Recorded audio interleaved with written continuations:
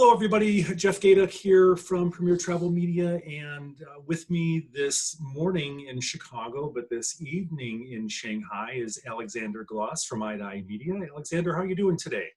I'm well, Jeff. Thank you. Thank you for having me, and greetings from Shanghai. Well, it's good to be able to talk with you. I've been following the Chinese market very closely as a sign of recovery, and be interested to hear your opinion and what you're seeing actually in the marketplace today.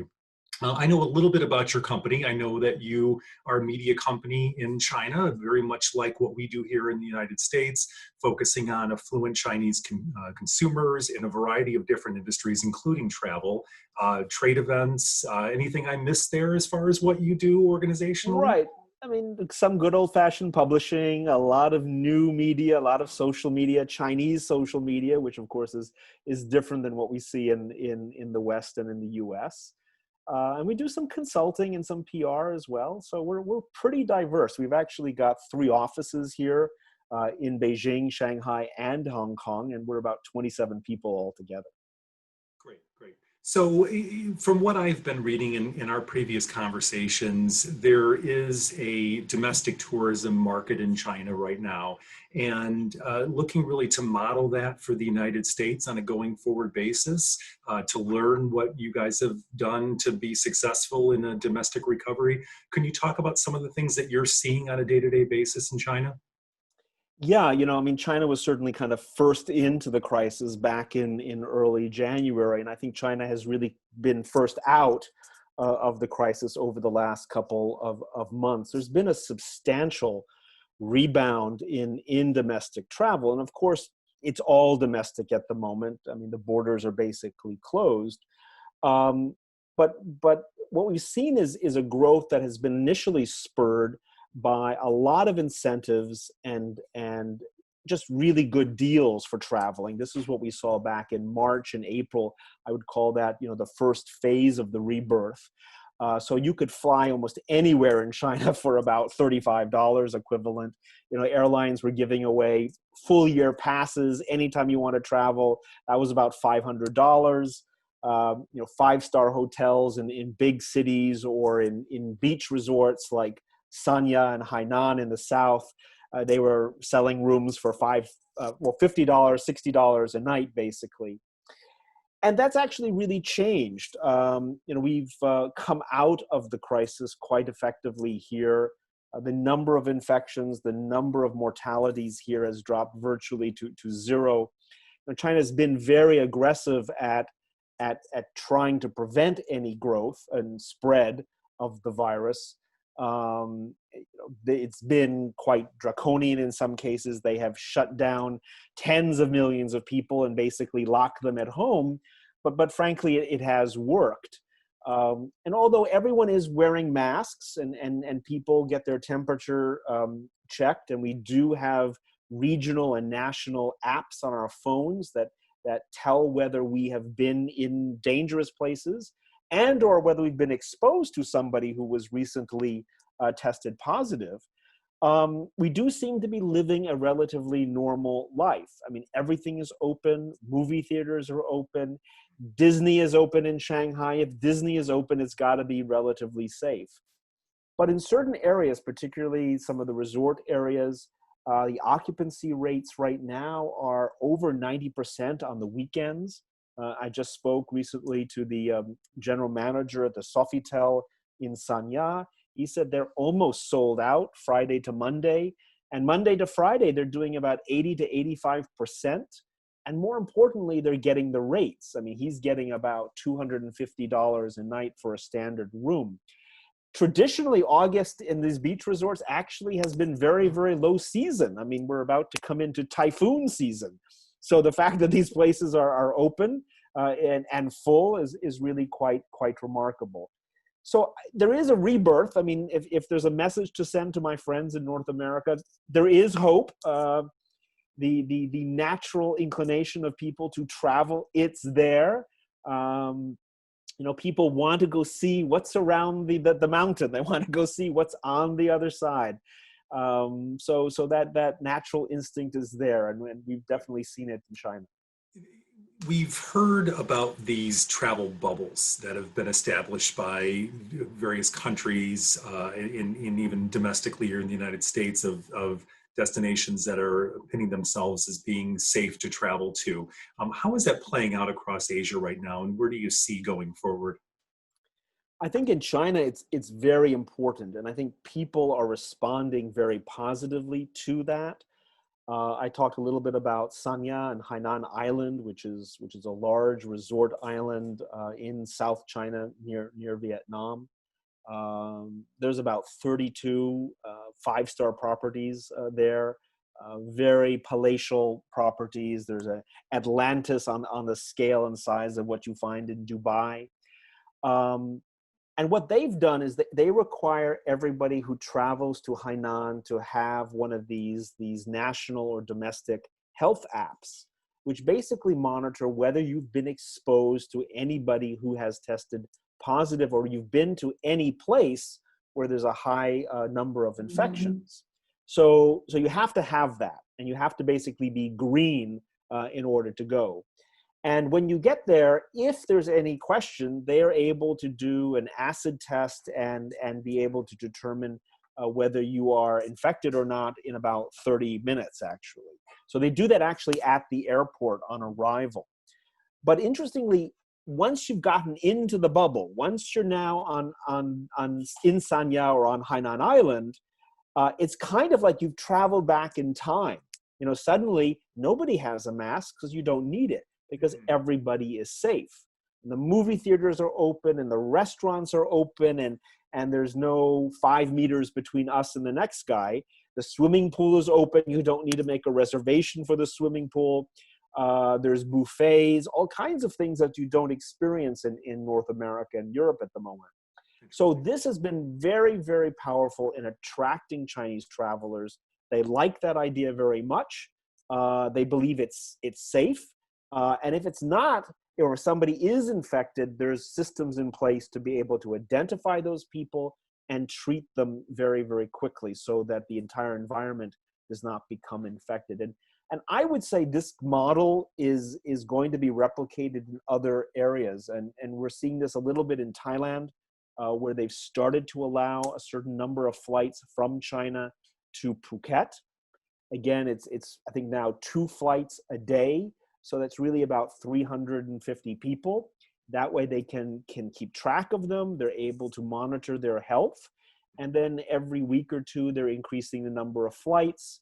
They're increasing the number of hotels where they're available to stay. I think this is a model that we're going to start to see employed around the world very soon. Interesting.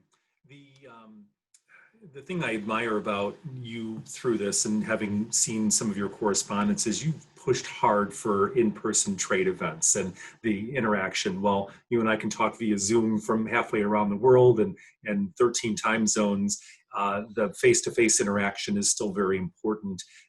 What's your view going forward on international in-person events? I know you've got something scheduled in Europe for later this year, a Global Visitor Summit. So why push so hard during this time period? Travel is a very face-to-face business. It's not like buying semiconductors. Send me 1,000 semiconductors, the same ones you've been sending to me for the last 5 years. It's not like that. For travel buyers from China or from any market, it's very important for them to understand what the marketplace is about. And pictures and videos don't really do that. The experience of being at the Colosseum, of going up the Eiffel Tower, of walking the streets of Paris, of having coffee in the morning with Parisians, that's not something you can ever do on Zoom. The nature of travel is you've got to go someplace. And I think that from a business to business perspective, that is equally important, because it's not quite simply a commodity. I mean, every hotel is not created the same. It's not like a can of Coke. Every room is not the same. Every city is not the same. They're all different. And so if you're a buyer, in China or any market around the world, and you know what your clients want, and you've got high-end clients that have very, very demanding needs, you need to be able to make sure that property is an extension of your business, is going to take care of your clients when they're in Paris or wherever it is. And so that element of the business is never really going to change. I mean, as much as Zoom is good for us having this conversation right now, it's not going to replicate that element of the travel business. And so I'm pretty confident it is actually going to come back.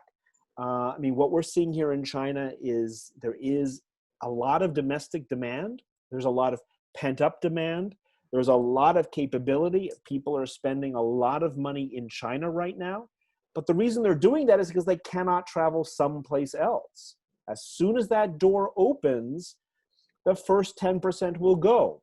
And they'll share that with their 975 closest friends on whatever social media app that they're using. And then those next 900 people will go, and the next 900 will go. And I think that we'll find that in a relatively short period of time, global travel will come back, assuming that environments can maintain a level of safety and security that is appealing to the traveler. Specifically to North America, or even tighter geographic focus to the US, we obviously know there's a lot of friction between China and the US right now, but from a tourism standpoint and from an education standpoint and a spending standpoint, the Chinese consumer is so critical to the US inbound industry. What type of things are going to influence the return of the Chinese traveler to the US, and where are they going to want to go when they come back here?